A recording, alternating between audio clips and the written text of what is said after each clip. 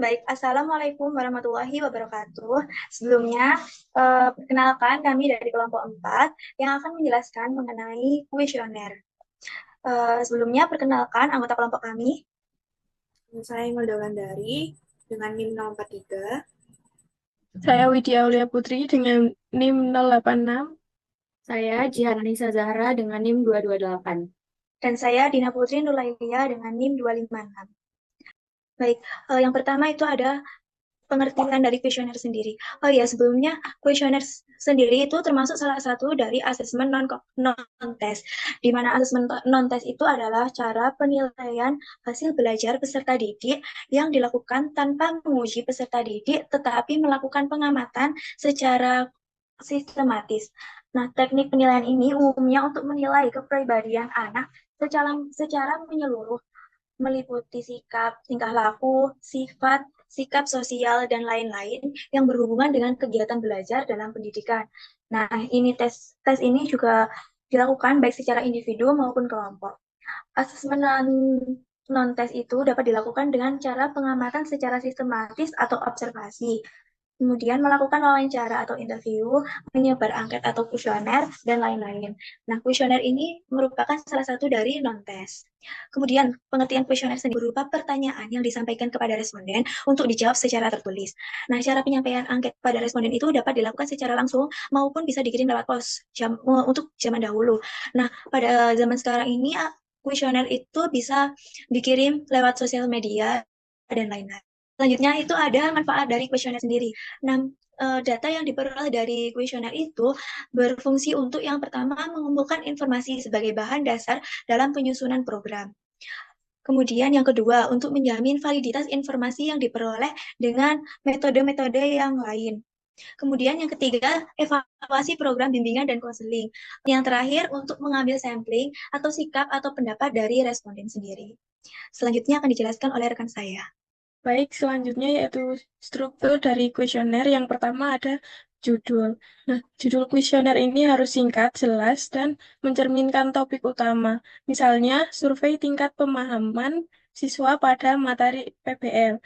Kemudian yang kedua ada pengantar kuesioner, berisi penjelasan mengenai tujuan kuesioner dan petunjuk pengisian agar responden memberi jawaban yang sesuai. Kemudian yang ketiga ada item-item pertanyaan yang bisa berisi opini atau fakta. Kemudian ada jenis-jenis pertanyaan dalam menyusun kuesioner. Yang pertama, pertanyaan mengenai fakta bertujuan untuk mendapatkan informasi objektif tentang responden seperti nama, kelas, alamat, dan lain sebagainya. Kemudian yang kedua, pertanyaan mengenai pendapat atau sikap digunakan untuk terhadap suatu hal. Misalnya, bagaimana pendapat Anda tentang guru matematika yang baru? Kemudian yang ketiga, pertanyaan informatif. Dimaksudkan untuk memperoleh keterangan atau penjelasan yang bersifat spesifik dari responden. Misalnya, informasi apa yang Anda peroleh selama mengikuti kegiatan study tour ke Bali.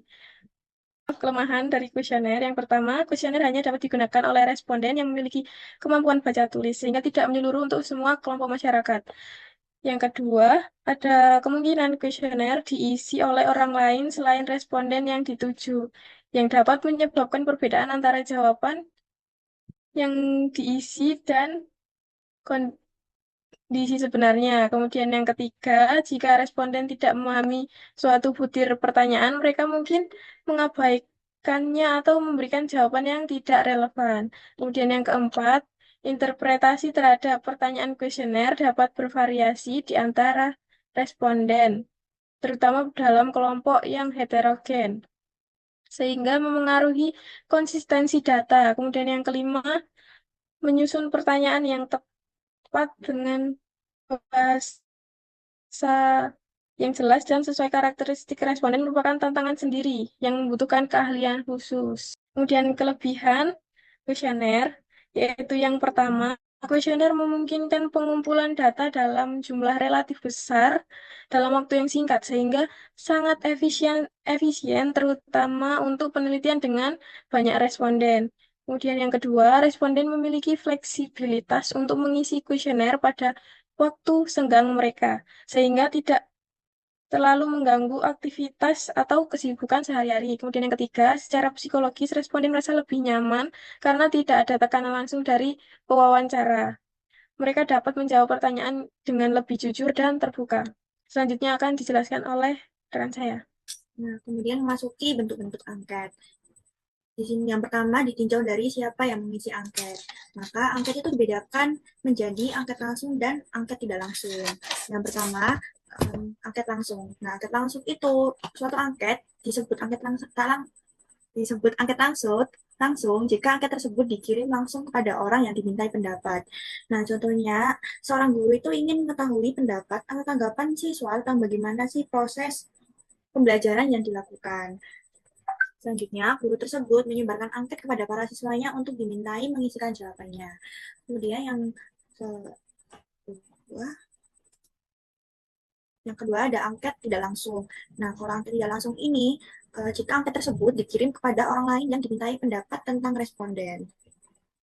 Nah, contohnya itu ada seorang guru TK ingin mengetahui bagaimana kebiasaan para siswanya di rumah. Nah, selanjutnya guru tersebut itu menyebarkan angket kepada para orang tua siswanya untuk dimintai mengisikan data tentang putra-putrinya. Nah, yang kedua, ada contoh kedua juga, seorang guru ingin mengetahui latar belakang sosial dan pendidikan orang tua para siswanya. Nah, selanjutnya itu guru tersebut menyebarkan angket kepada para siswanya untuk dimintai mengisikan data tentang orang tua mereka masing-masing. Bentuk angket yang kedua itu ditinjau dari bentuk butir angket yang disusun. Maka angket itu bedakan menjadi ada angket terbuka sama angket tertutup. Yang pertama itu ada angket tertutup. Nah, angket tertutup itu terdiri atas pertanyaan atau pernyataan yang diikuti dengan sejumlah pilihan jawaban. Nah, dengan demikian responden itu hanya tinggal memilih jawaban yang sesuai dengan pendiriannya. Nah, angket bentuk ini tuh dipilih bila penyusun angket menguasai materi yang akan ditanyakan dan bisa mengantisipasi segala kemungkinan jawaban yang diberikan oleh responden. Jadi yang contoh pertama itu ada pelajaran yang aku rasa paling sulit adalah itu yang ada matematika, B fisika, C bahasa Inggris, D sosiologi. Nah, yang contoh pertama itu merupakan data nominal. Secara singkatnya data nominal itu tidak ada urutan, jadi hanya pengelompokan saja. Contoh lainnya ada hobi, pekerjaan, dan lain sebagainya. Jadi yang kedua ada saya titik-titik mempelajari materi pelajaran matematika yang akan diajarkan oleh guru di sekolah. A selalu, B sering, C kadang-kadang, D tidak pernah. Nah, untuk contoh yang kedua ini merupakan data ordinal. Secara singkatnya, data ordinal itu dikategorikan dan diberi peringkat, tetapi interval antar kategori itu tidak selalu sama. Contoh lainnya itu tingkat pendapatan, tingkat persetujuan, gitu-gitu. Selanjutnya, penuh dan bebas kepada responden untuk memberikan jawaban yang sesuai dengan pendiriannya. Jadi, dalam angket ini tuh penyusun angket tidak memberikan beberapa pilihan jawaban. Contohnya nih, ada yang pertama ada pelajaran apakah yang paling kamu sukai. Terus yang kedua ada coba berikan tanggapan tentang pembelajaran matematika yang diberikan pada hari ini.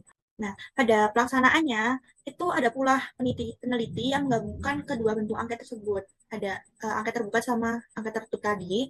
Jadi, pada butir angket itu disediakan beberapa pilihan jawaban. Tapi responden juga diberikan kesempatan untuk memberikan jawaban lain di luar jawaban yang tersedia. Nah, contohnya ada kegiatan ekstrakurikuler yang saya sukai adalah yang A olahraga, B musik, C melukis, D drum band, E karate, dan F lainnya. Ini tugas dari Bayuris. Jadi kelompok kami itu tidak menemukan sumber dari jurnal atau buku atau artikel yang membahas mengenai pengklasifikasian bentuk jawaban dari bentuk-bentuk kuesioner. Jadi ada 4, sebenarnya ada 4. Nah, tapi pada pertemuan kemarin, kelompok kami itu hanya mengutip pada makalah atau sumber belajar dari orang, namun tidak divalidasi seperti pada buku atau artikel atau jurnal. Jadi isi bentuk-bentuk kuesioner dalam makalah tersebut tidak dibahas pada sumber yang lain, sehingga tidak dapat divalidasi. Nah, oleh karena itu, kelompok kami menyantumkan bentuk-bentuk kuesioner yang sudah divalidasi. Nah, di sini ada 2. Yang pertama itu adalah skala Likert. Skala Likert itu merupakan skala pengukuran yang dikembangkan oleh Likert pada tahun 1932. Nah, skala Likert ini mempunyai 4 atau lebih butir-butir pertanyaan yang dikombinasikan sehingga membentuk sebuah skor yang merepresentasikan sifat individu, misalkan pengetahuan, sikap, dan perilaku. Nah, skala Likert ini dikembangkan ke dalam skala ordinal. Nah, Statistik yang dapat digunakan adalah median atau modus untuk menghitung ukuran pemusatnya. Sedangkan variasi data dapat dilihat menggunakan frekuensi dari jawaban responden.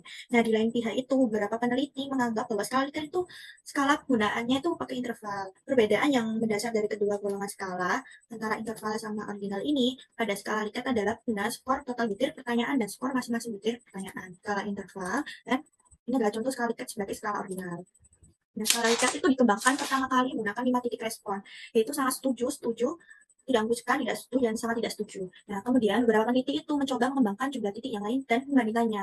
Nah, Dawes itu membandingkan jumlah 5 titik dengan 11 titik yang menghasilkan rataan yang sama setelah kedua skala tersebut diskala ulang. Jumlah titik 5 dan 11 adalah sebanding. Artinya apa? Artinya itu respon yang menjawab pertanyaan dengan jumlah titik respon 5 dapat dikonversi ke dalam jumlah titik respon 11 tanpa ada masalah.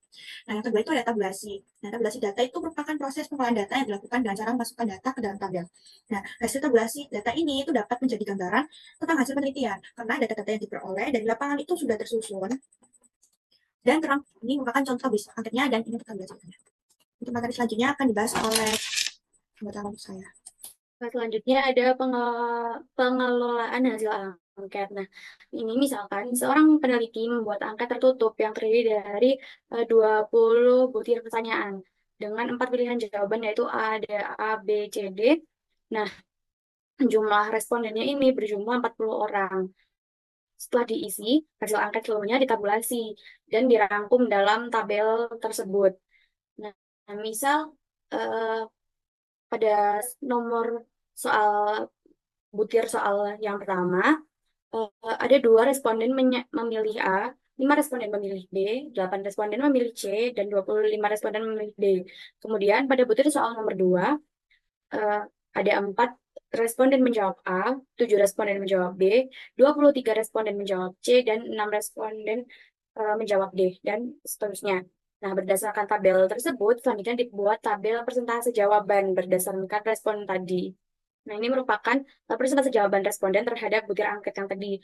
Nah, jika dipresentasekan, pada butir soal nomor 1 ada 5% responden menjawab A, 12,5% responden menjawab B, 20% responden menjawab C, dan 62,5% responden menjawab D.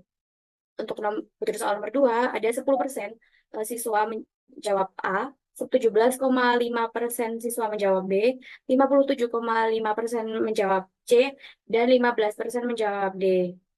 Nah, peneliti dapat membuat kesimpulan dengan cara memperhatikan besarnya persentase masing-masing pilihan jawaban untuk setiap butir. Nah, umumnya peneliti membuat kesimpulan dengan menyatakan hasil butir angket dengan persentase tersebut.